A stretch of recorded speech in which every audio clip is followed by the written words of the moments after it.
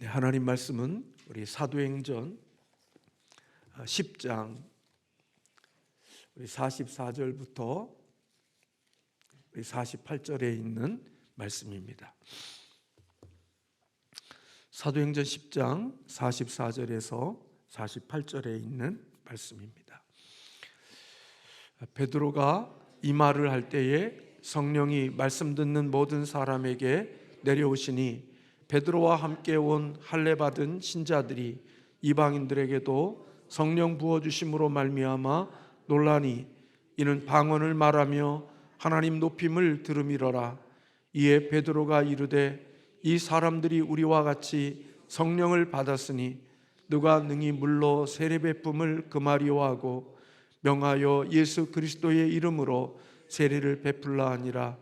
그들이 베드로에게 며칠 더 머무기를 청하니라. 아멘. 네, 오늘 새벽에도 함께하는 우리 모든 하나님의 사람들에게 우리 주님의 크신 은혜가 함께하시기를 간절히 소원합니다. 우리가 살고 있는 우리 2024년 이 시대를 우리는 제4차 산업혁명 시대라고 그렇게 부르기도 합니다. 과거 산업혁명은 일종의 기술혁명이라고 그렇게 이야기합니다. 그러나 이제 우리가 사는 4차 산업혁명 시대는 인간이 육체를 대신하는 기술혁명이 아니라 지능을 대신하는 그러한 혁명 시대를 우리가 살고 있다고 그렇게 말합니다.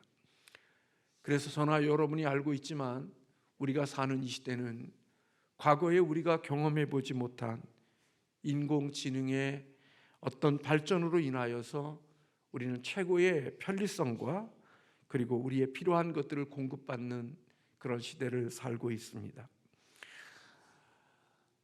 이를 기반으로 하여서 우리는 초연결성, 초지능화에 기반을 하여 모든 것이 서로 연결하여 더 지능화된 사회를 만나게 되어지고 있죠.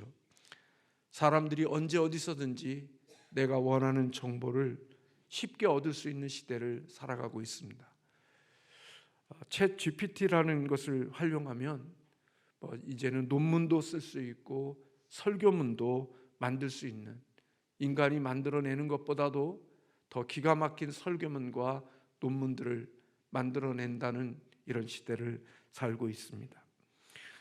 동시에 같은 채널 속에 한 시간에 수많은 사람들이 들어와서 서로를 소통할 수 있는, 공간을 이동하지 않고도 내가 있는 곳에서 수많은 사람들과 서로 연결하고 소통할 수 있는 이 시대를 살아가고 있습니다. 이렇게 연결되어진 사회에 살고 있음에도 불구하고 오늘 우리가 사는 이 시대는 또 한편에는 가족과 친구들에게도 전혀 신경을 쓰지 않는 퓨빙의 현상이 증가되고 있다고 이야기합니다. 이 퓨빙이라는 것은 주변에 있는 사람들에게 신경을 쓰지 않고 오직 스마트폰에 빠져 있는 현상을 가리켜서 퓨빙이라고 그렇게 부른다고 합니다. 가족이 밥을 먹는 때에도 서로 대화가 사라진 지가 오래됐습니다. 친구들끼리 밥을 먹어도 그냥 밥을 먹지, 그리고 밥을 먹으면서도 자기 개인의 스마트폰을 보고 자기의 일을 하고 있는 모습들을 보게 됩니다. 가끔가다 식당에 가면 그 밥을 먹고 가족들이 식사를 하면서도 이제 몇 살 되지 않는 어린아이에게 드라마 영상을 보여주며 그들이 소란을 지우지 않도록 하는 그런 모습들을 봅니다. 지하철을 가든지 어디를 가든지 대화하는 사람을 볼 수가 없고 모두가 다 자신의 손에 있는 스마트폰에 온 시선과 온 마음을 집중하며 살고 있습니다. 교회 안에 들어와 있지만 주일에도 사람들은 스마트폰을 가지고 자기의 할 일을 하지 서로 믿음의 사람들끼리 서로 연결하고 교제하고 사귐의 시간들은 점점 약해져 가고 있는 것 같습니다. 4차 산업혁명 시대는 초연결 시대를 살아가고 있음에도 불구하고 철저하게 소외되어진 그런 소외감을 경험하는 그런 시대인 거지요.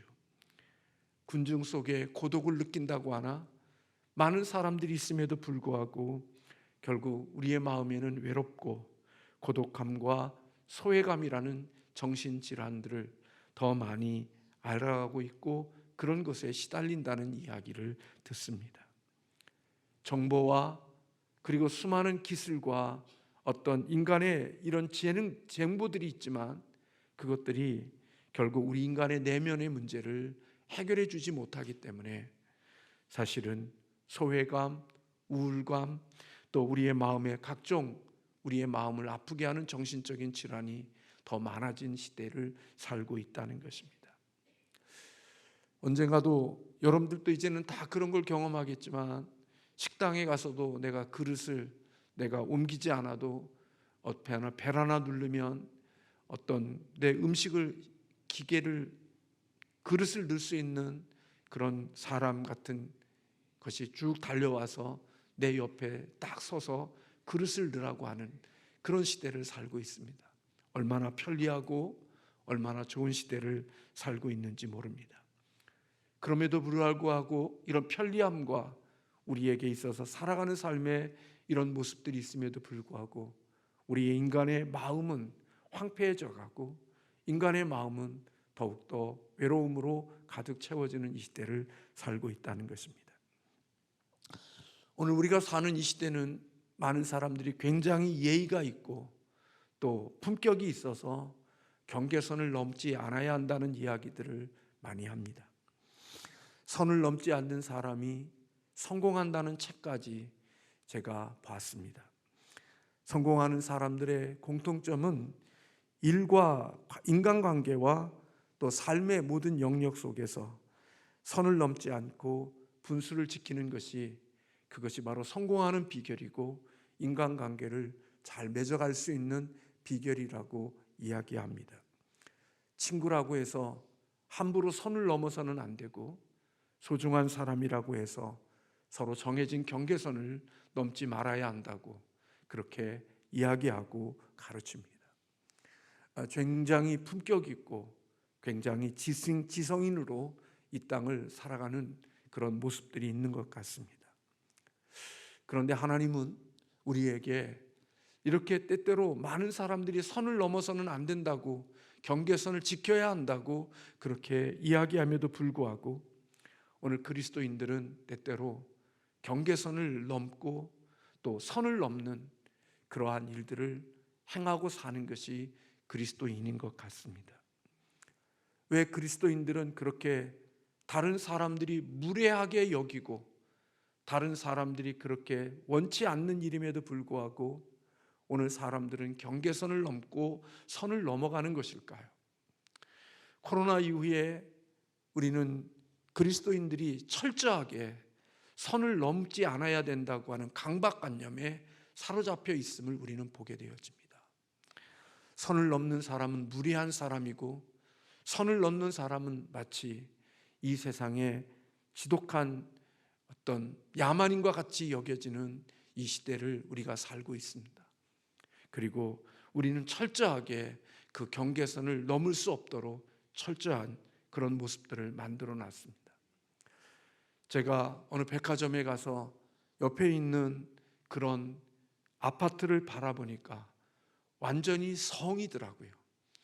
아파트 안에 담이 쫙 차여져 있고 그 담 사이에 또 이러한 시스템이 있어서 어느 누구도 함께 그곳을 들어갈 수 없는 완전히 성과 같은 아파트를 만들어 놓아서 그 안에 있는 사람이 아니면 결코 외부인은 출입할 수 없는 그런 아파트를 만들어 놓은 모습을 보면서 오늘 우리가 살고 있는 이 시대의 편리함과 그리고 우리가 사는 모습들에게 이런 좋은 모습들이 있지만 철저하게 단절되어진 그런 시대를 살고 있다는 느낌이 가졌습니다.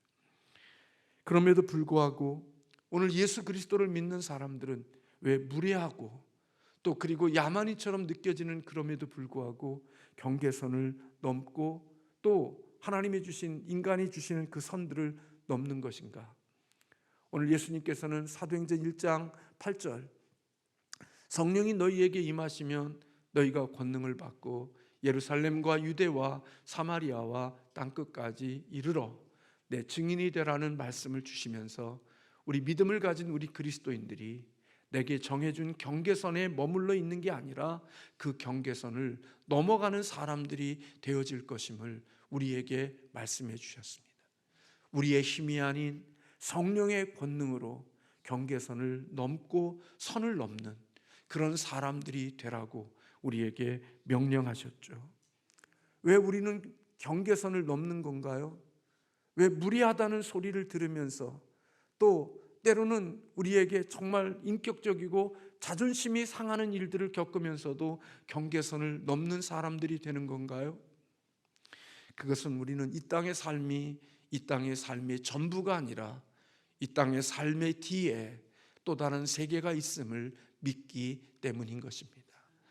우리는 천국과 지옥이 있음을 믿는 사람들이고 이 땅의 삶보다 죽음 이후의 삶이 더 영원한 삶이고 오랫동안 우리가 살아가야 될 삶임을 알기 때문에 이 땅의 삶 속에서 때로는 무례하다는 소리를 듣고 또 우리에게 좋지 못한 상함을 입음에도 불구하고 우리는 어떻든 경계선을 넘어볼 수 있는 틈새를 찾으려고 애쓰고 신경을 쓰고 그 일에 대하여 애를 쓰고 있는 것을 보게 됩니다. 여러분, 우리가 오늘 읽은 본문에 보면 베드로는 기도하러 지붕에 올라갈 때 하늘이 열리고 한 그릇이 내려오는 것을 보았습니다. 그리고 그 그릇 안에는 보자기 같고 뇌기에 매어 땅에 드리워졌고 그 안에는 땅에 있는 각종 네 발 가진 짐승과 기는 것과 공중에 나는 것들이 그 보자기 안에 있었습니다. 이 보자기가 펼쳐질 때 소리가 나기를 베드로야 그것을 잡아먹으라 그렇게 이야기할 때 오늘 베드로는 그렇게 말합니다. 그럴 수 없습니다. 내가 속되고 깨끗하지 아니한 것을 내가 결코 먹지 아니하였나이다. 이 말씀은 에스겔 4장 14절에 있는 말씀에 보면 내가 말하되 아하 주 여호와여 나는 영혼을 더럽힌 일이 없었나이다. 어려서부터 지금까지 스스로 죽은 것이나 짐승에게 찢긴 것을 먹지 아니하였고 가증한 고기를 입에 넣지 아니하였나이다 라는 말씀이 있는데 베드로는 이 말씀대로 부정하고 속되고 깨끗하지 않는 것은 나는 먹지 않았다고 자신의 정결한 삶과 거룩한 삶을 오늘 이야기하고 있는 것입니다. 자신은 그리스도인으로서 하나님을 믿는 유대인으로서 선민으로서 하나님이 정해주신 그 경계선 안에서 살아왔고 나는 그 하나님의 정해주신 그것 안에서 내 삶을 이루어왔음을 고백하고 있는 것입니다.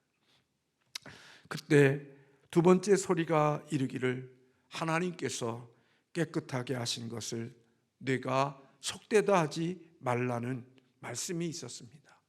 그리고 이 일이 세 번에 반복되어진 이후에 그 그릇이 하늘로 올라갔다고 성경은 말씀하고 있습니다. 베드로가 본 환상이 이게 무슨 환상일까?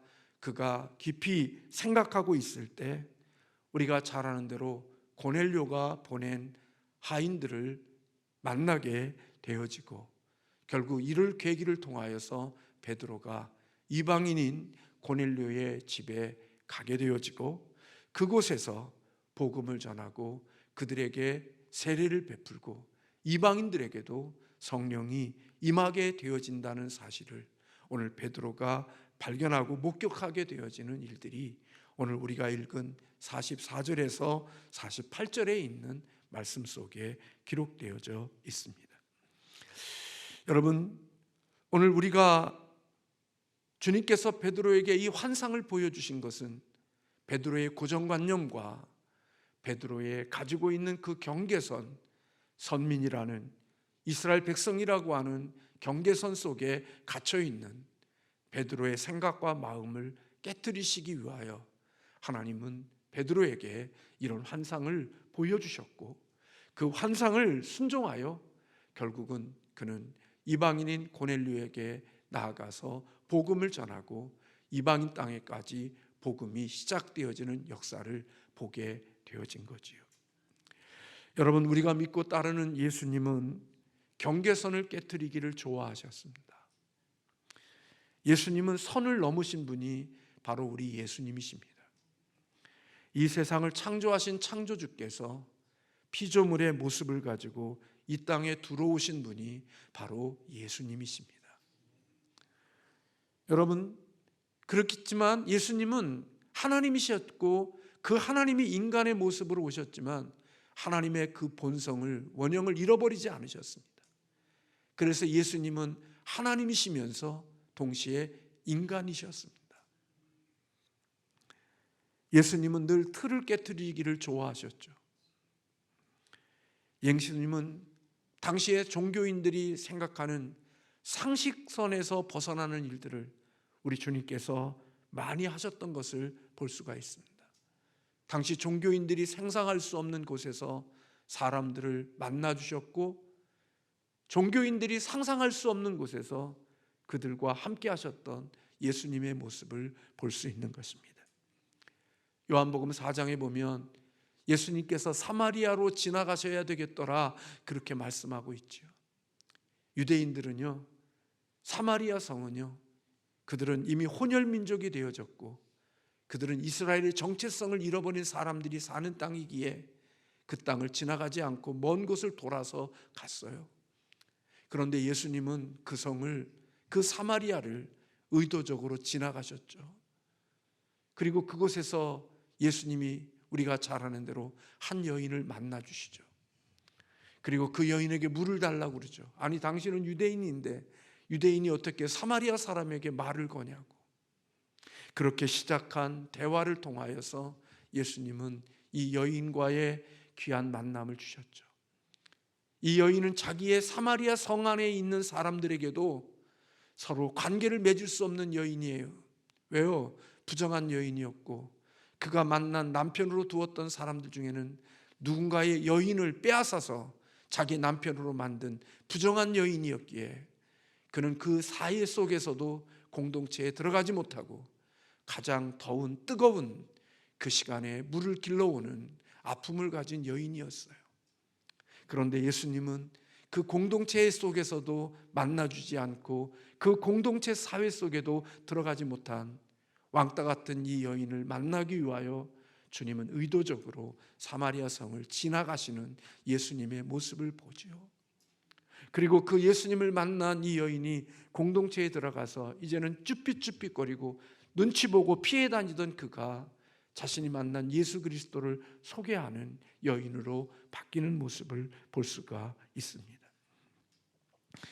예수님은 당시 종교 지도자들이 만나주지 않았던 사람들을 만나주셨습니다. 죄인들, 세리들, 창기들, 나병 환자들. 심지어 예수님은 나병 환자들까지 당신이 그 손을 만지면 부정한 자가 되어짐에도 불구하고 예수님은 나병 환자들의 손을 만져주시고 아픈 자들의 상처에 손을 대주셨던 주님을 우리는 볼 수가 있습니다. 예수님이 받아주신 사람들, 예수님이 만나주신 사람들, 그들은 당시 종교 지도자들이 결코 만나주지 않고 함께 해줄 수 없고 그들과 교제할 수 없는 그들이 바로 예수님이 만나주시고 교제해 주시고 함께 해주셨던 사람들입니다. 그래서 마태복음 11장 19절에 보면 인자가 와서 먹고 마심에 사람들이 말하기를 보라, 먹기를 탐하고 포도주를 즐기는 사람이요 세리와 죄인들의 친구로다. 그렇게 사람들이 예수님을 그렇게 불렀다고 우리 주님께서 말씀하고 있는 것을 보게 됩니다. 그리스도인들이 지나가는 삶의 모습들 속에는 우리 주님이 바로 이와 같은 선을 넘기를 원하시는 주님의 모습이 있는 것이죠. 경계선을 넘기를 원하고 그리고 그 경계선을 넘어서 뭔가 연결이 되고 다리가 되어지는 그런 역할들을 우리 그리스도인에게 맡겼던 것을 볼 수 있습니다.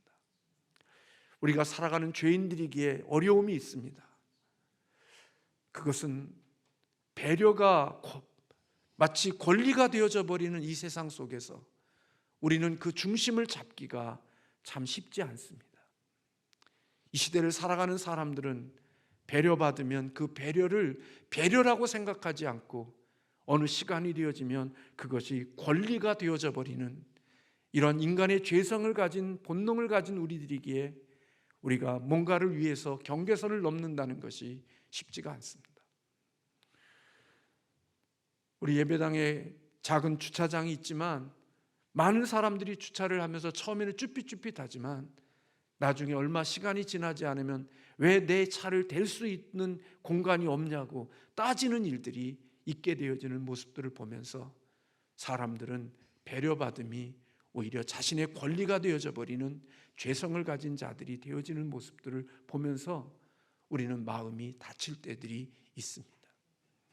그럼에도 불구하고 하나님은 오늘 우리에게 주어진 경계선을 넘고 선을 지나서 연결하는 삶을 살라고 우리에게 명령하고 계시는 거지요. 근데 여러분, 선을 넘으면 우리에게 불편함이 많이 있습니다. 그 선을 넘으면 우리를 힘들게 하고 우리를 고통스럽게 하는 일들이 많습니다.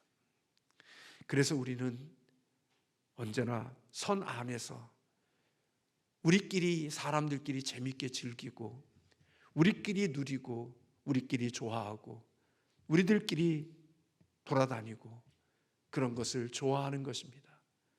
그래서 담임 목사도 여러분도 누군가 하나 태신자를 작정하려고 하면 그의 이름을 기록할 만한 이름들이 없습니다. 왜냐하면 늘 우리는 내가 예수 믿으면 예수 믿는 사람들, 그들과 나에게 편하고 내게 유익이 되고 내게 도움이 될 수 있는 사람들과 어울려 다니지, 결코 다른 사람들을 위하여서 뭔가를 하고 살지는 쉽지가 않기 때문에 그런 것입니다.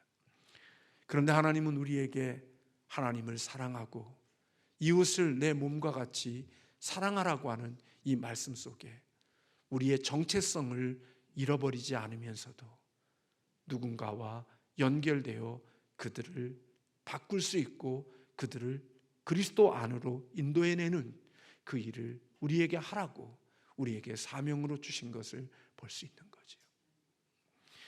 많은 사람들, 저를 포함하여 많은 사람들이 이런 인식이 없습니다. 예수를 믿는 사람들 속에는 늘 그런 모습들이 있습니다. 지독한 예수를 믿음에도 저를 포함하여 지독한 이기주의와 자기 사랑이 더 가득한 모습들이 우리들에게 있을 수 있는 거죠.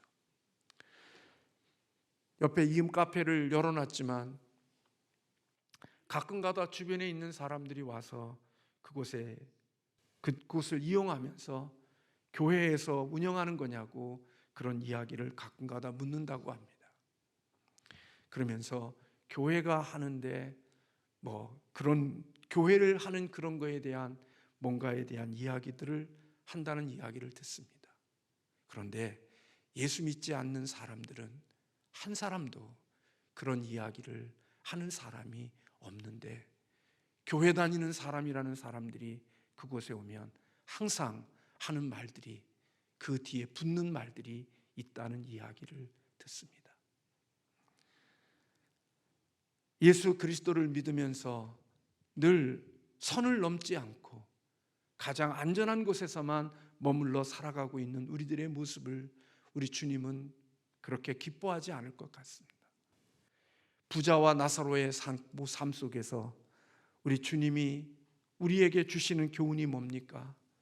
선 안에 있는 부자, 비록 자기 문 밖에 있지만 그 개들이 먹는 부스러기를 먹는 그런 나사로, 그를 부자였음에도 불구하고 돌보지 않았던 선 안에 갇혀 있는 부자의 모습을 우리는 보게 되어지는 거죠. 하나님이 우리에게 주시는 말씀은 하나님을 사랑하고 이웃을 내 몸과 같이 사랑하는 이 말씀인데, 우리는 이것을 실천하기 위해서는 경계선을 넘어야 되고 선을 지나가지 않으면 결코 경계선을 넘지 않으면 하나님 사랑, 이웃 사랑 할 수가 없는 거죠. 자기 사랑으로 똘똘 뭉쳐 있는 사람, 자기밖에 모르는 사람이 어떻게 하나님을 위하여 그 선을 넘고 이웃을 위하여 선을 넘을 수 있겠습니까? 그래서 주님이 그렇게 말씀하신 것 같습니다. 주는 자가 받는 자보다 더 복이 있다는 것은 그만큼 지경이 넓어지는 것이고 하나님 나라의 영역이 넓어지는 것이라고 여겨집니다. 이 땅에 오늘 또 교회가 하나님이 기뻐하시는 교회로 세워지는 그런 교회들을 보면 늘 그런 의식이 있는 교회인 것 같아요. 하나님이 주시는 명령을 따라 선을 넘을 수 있는 교회. 나 자신의 유익과 나 자신의 만족과 내 유익을 위하여 그곳에 갇혀져 있는 것이 아니라 하나님의 나라와 하나님의 영광과 이웃을 위해서 기꺼이 나를 넘을 수 있는 그런 마음을 가지고 살아가는 사람들, 그것이 오늘 베드로에게 주시는 하나님의 교훈이고 환상이라고 여겨지는 것이죠. 우리는 이 땅을 살면서 바로 그러한 부분들이 주님이 주시는 말씀이 그거 아니겠습니까? 강도 만난 자, 그를 위하여서 주님께서 누가 나의 이웃입니까? 라는 질문 앞에 내 이웃이 어떤 사람입니까? 라는 질문 앞에 너의 이웃은 잘나고 너에게 유익이 되고 너에게 도움이 되는 사람이 아니라 너를 필요로 하는 그 사람이 너의 이웃이라고 우리 주님께서 말씀해 주신 거 아니겠어요? 사마리아 사람은 비록 동족과 천대받고 무시받고 그리고 그들로부터 유대인들로부터 인상에 자존심 상하는 대접을 받았음에도 불구하고 개의치 않고 그를 기꺼이 도와주고 그를 위하여 필요를 채워주었던 사마리아 사람의 이야기를 들으면서 바로 그가 너의 이웃이라고 말씀해 주신 것 아니겠어요? 제사장과 레위인들, 그들은 같은 동족이었고 멋진 고백은 했지만 결코 경계선을 넘지 않았죠. 이유가 있을 겁니다. 내가 제사 드리는데, 내가 하나님을 섬기는데 내가 부정한 사람이 될 수 없다고 하는 분명한 이유와 변명이 있을 수 있었을 것입니다. 그러나 사마리아 사람은 자기의 할 일이 있고 가야 할 길이 있음에도 불구하고 그를 외면하지 않고 그를 돕고 지나가는 그를 보면서 너의 이웃은 바로 그와 같은 사람이라고 이야기해 준 거죠.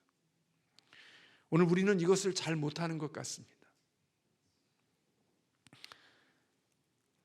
수요일에 제가 우리 노예 총회 강도사님들 연수가 있어서 제가 태안인가 무슨 해수욕장 있는 곳에 리조트에 교육받는 곳을 다녀왔습니다. 가기 싫더라고요. 새벽 예배 마치고 강도사 연수 받는 사람들, 나와 그렇게 깊은 관계도 없고 나와 그렇게 그런 거 별로 없습니다. 제가 3시간 반 동안 아침에 새벽 예배를 마치고 꾸벅꾸벅 졸면서 그곳을 내려가면서 내 사랑하는 연인이나 내가 사랑하는 가족이나 내가 좋아하는 사람과 함께 그 차를 타고 가면 룰루랄라 하고 갔을 거예요. 애인이 있는 사람이라면 그 기대감을 가지고 그곳을 향해서 갔을 거예요. 근데 그렇게 막 기쁨으로 가고 싶지 않더라고요. 그러나 또 대일이니까 또 가서 같이 강사 연수 받는 노예 속해 있는 강사님들과 함께 식사하고 그리고 그들이 즐거운 모습을 보고 또 3시간 넘게 차를 타고 왔습니다. 세상을 살면서 내 좋아하는 일, 내 유익한 일만을 하게 되어지면 경계선은 항상 정해져 있는 것이라고 여겨집니다. 그래서 사람들은 그 경계선 안에서 우리끼리만 나눠 먹는 일을 익숙해하죠. 그리고 우리 것이 누군가에게 흘러가면 그것을 굉장히 아파하고 힘들어하고 좋아하지 않습니다. 근데 하나님은 오늘 베드로에게 너는 유대인이라는 선 안에만 있어서는 안 돼. 너는 이제는 사마리아에도 가야 되고 이방인 땅에도 가야 되고 땅끝까지 가야 되는 거야. 주님이 하늘의 영광을 버리고 이 땅에 선을 벗어나 이 땅에 들어오신 것처럼 너희도 하나님 사랑과 이웃 사랑을 위하여 경계선을 넘되 그 세상을 닮는 것이 아니라 세상을 변화시키는 사람으로 경계선을 넘어야 됨을 우리에게 말씀해 주신 거죠. 그래서 우리를 가리켜 너희는 세상의 소금이고 너희는 세상의 빛이라는 말은 우리의 정체성을 무너뜨리고 세상을 닮아가는 게 아니라 우리의 정체성을 가지고 세상을 변화시키고 바꾸어가는 사람이 되라고 우리 주님이 우리에게 말씀해 주고 계신 것 아니겠어요? 근데 그게 무서워요. 쉽지 않아요. 제가 신학교 때 들은 얘기가 있어요. 어느 사람이요, 그 몸을 파는 여인들을 변화시키겠다고 그 속에 전도하러 갔다가 거기에 거기 사람들 리더가 되는 여인들, 그런 말 있잖아요. 포주. 거기 포주가 됐다는 얘기가 있어요. 세상을 변화시키기 위해 들어갔는데 거기에 우두머리가 되는 그런 일들이 우리에게 있기에 이게 쉽지 않다고요. 그러나 예수님은 하나님이시며도 인간의 몸 입고 오셨으면서도 하나님의 일을 하신 것처럼 우리가 이 땅에 하나님의 자녀로서 선을 넘더라도 그 넘는 선이 하나님 나라를 넓히고 하나님 나라를 더 확장하고 하나님의 아름다움을 세울 수 있는 그런 능력의 그리스도인으로 선을 넘을 수 있는 그리스도인이 되어지면 하나님의 기쁨이 되어질 것이라고 여겨집니다. 저 자신도 그렇게 부족한 것들이 많이 있고 우리 모두가 그런 부분이 있습니다. 그런 인식 자체가 우리에게 없는 부분이 너무나 많은 것 같습니다. 그러나 오늘 하나님께서 우리에게 세상과 우리를 연결시키고 다리가 되어져 세상이 교회로 올 수 있도록 우리에게 그런 사명을 주셨음을 우리가 함께 기억하고 저와 여러분이 베드로처럼 유대인에만 갇히지 않고 이방인들에게까지 나아가 복음을 전하고 그들에게 성령이 임하는 아름다운 역사를 볼 수 있는 저와 여러분 그리고 우리 교회가 되기를 주님의 이름으로 소원합니다. 우리 함께 기도하겠습니다.